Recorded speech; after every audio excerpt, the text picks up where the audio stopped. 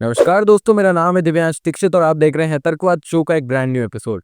आज के इस वाले एपिसोड में हम बात करने वाले हैं दिल्ली, इस देश की राजधानी, ताकत का केंद्र और शायद सबसे जहरीली हवा वाले शहर के बारे में। आज हम बात करेंगे उन खबरों की जो इस वक्त दिल्ली के हर कोने में चर्चा का विषय बनी हुई है। दिल्ली का बढ़ता प्रदूषण, एयर क्वालिटी मैनिपुलेशन के आरोप, वाहनों पर लगी रोक और छठ पूजा के लिए बनाई गई आर्टिफिशियल रिवर के मुद्दे पे। तो शुरू करते हैं दिल्ली के सबसे बड़ी समस्या से। दिल्ली की हवा इन दिनों किसी गैस चेंबर से कम नहीं लग रही है।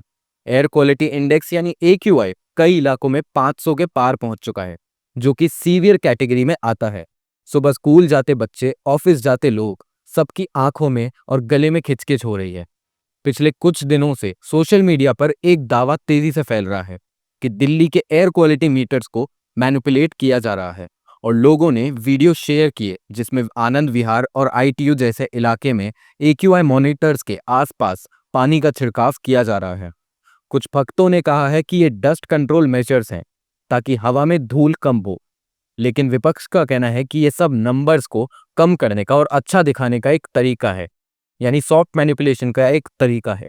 क्योंकि जब AQI मॉनिटर के आसपास मिस्ट स्प्रे किया जाता है तो टेम्पररी रीडिंग्स नीचे चली जाती हैं, यानी असली हवा उतनी खराब है जितनी दिखती है।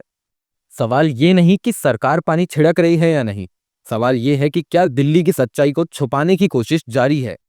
क्योंकि अगर सेंसर्स म्यूट कर दिए जाएं तो हवा साफ नहीं होती, बस आंकड़े सुंदर लगते हैं।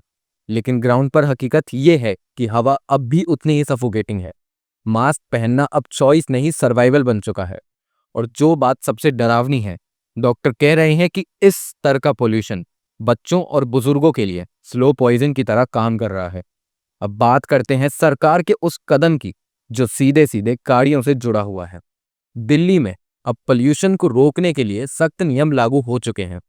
BS3 पेट्रोल और BS4 डीजल वाले कॉमर्शियल व्हीकल्स पर पूरी तरह से पाबंदी लगा दी गई है।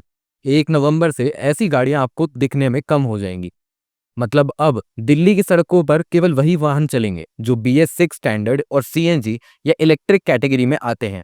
अगर आपकी कार 10 साल पुरानी है और डीजल है तो माफ कीजिए, अब वो दिल्ली की सड़कों पर नहीं चल सकती। पेट्रोल कारों के लिए अभी भी ये सीमा 15 साल की रखी गई है।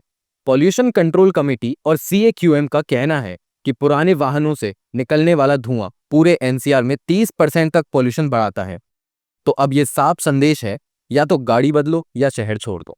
लेकिन आयरनी देखिए, कुछ सरकारी विभागों के पास अभी आज के समय में भी पुराने वाहन हैं जो खुद इस लॉ के दायरे में आते हैं। मतलब नियम जनता पर ही लागू हो रहे हैं, सरकार पर बाद में। फिर भी दिल्ली में यह फैसला जरूरी था, क्योंकि अब सिर्फ मास्क नहीं, पॉलिसी से भी हवा साफ करनी होगी। अब बढ़ते हैं उस त्योहार की तरफ जिसने पिछले हफ्ते दिल्ली की राजनीति को हल्का फुल्का डुबो दिया है, छठ पूजा। ये त्योहार दिल्ली के लाखों बिहार और पूर्वांचल मूल के लोगों के लिए आस्था का प्रतीक है। लेकिन इस बार चर्चा का कारण बनी एक आर्टिफिशियल रिवर जो यमुना के किनारे बनाई गई थी।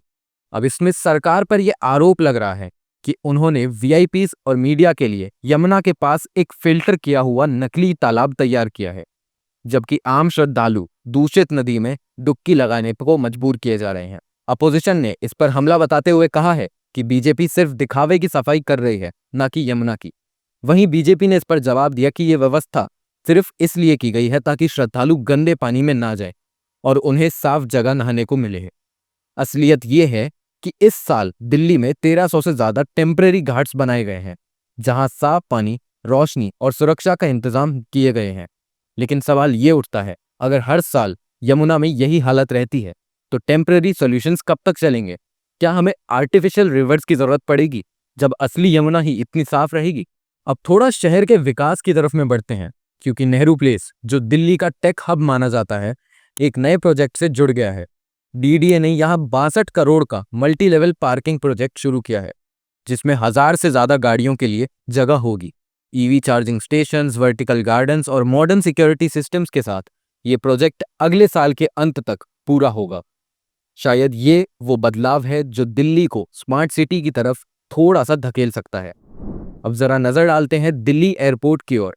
IGI एयरपोर्ट के टर्मिनल 3 पर एक छोटी सी फायर इंसिडेंट ने सबको चौंका दिया। AISATS की एक ग्राउंड हैंडलिंग बस अचानक बे एरिया के पास जल उठी खुशकिस्मती से कई लोग घायल नहीं हुए और फायर डिपार्टमेंट ने तुरंत हालात काबू में कर लिए। अब डीजीसीए ने इंक्वायरी शुरू कर दी है और कहा है कि पूरे एयरपोर्ट में इलेक्ट्रिकल सिस्टम्स की रीचेकिंग की जाएगी। तो दोस्तों, कुल मिलाकर दिल्ली इस वक्त दो कहानियों के साथ जी रही है। एक तरफ वो टेक्नोलॉजी और इंफ्रास्ट्रक्चर में आगे बढ़ रही है और दूसरी तरफ हवा में सांस लेने के लिए संघर्ष कर रही है। कहीं मेट्रो के नीचे चार्जिंग स्टेशन बन रहे हैं तो वहीं ऊपर धुंध से भरा आसमान दिख रहा है। तो ये थी दिल्ली की आज की पूरी तस्वीर, जहां राजनीति भी है और प्रदूषण भी, जहां पूजा भी है और कुछ प्रगति की कोशिश भी। मेरा नाम है दिव्यांश दीक्षित। मिलते हैं आपसे अगले एपिसोड में जल्द ही। धन्यवाद।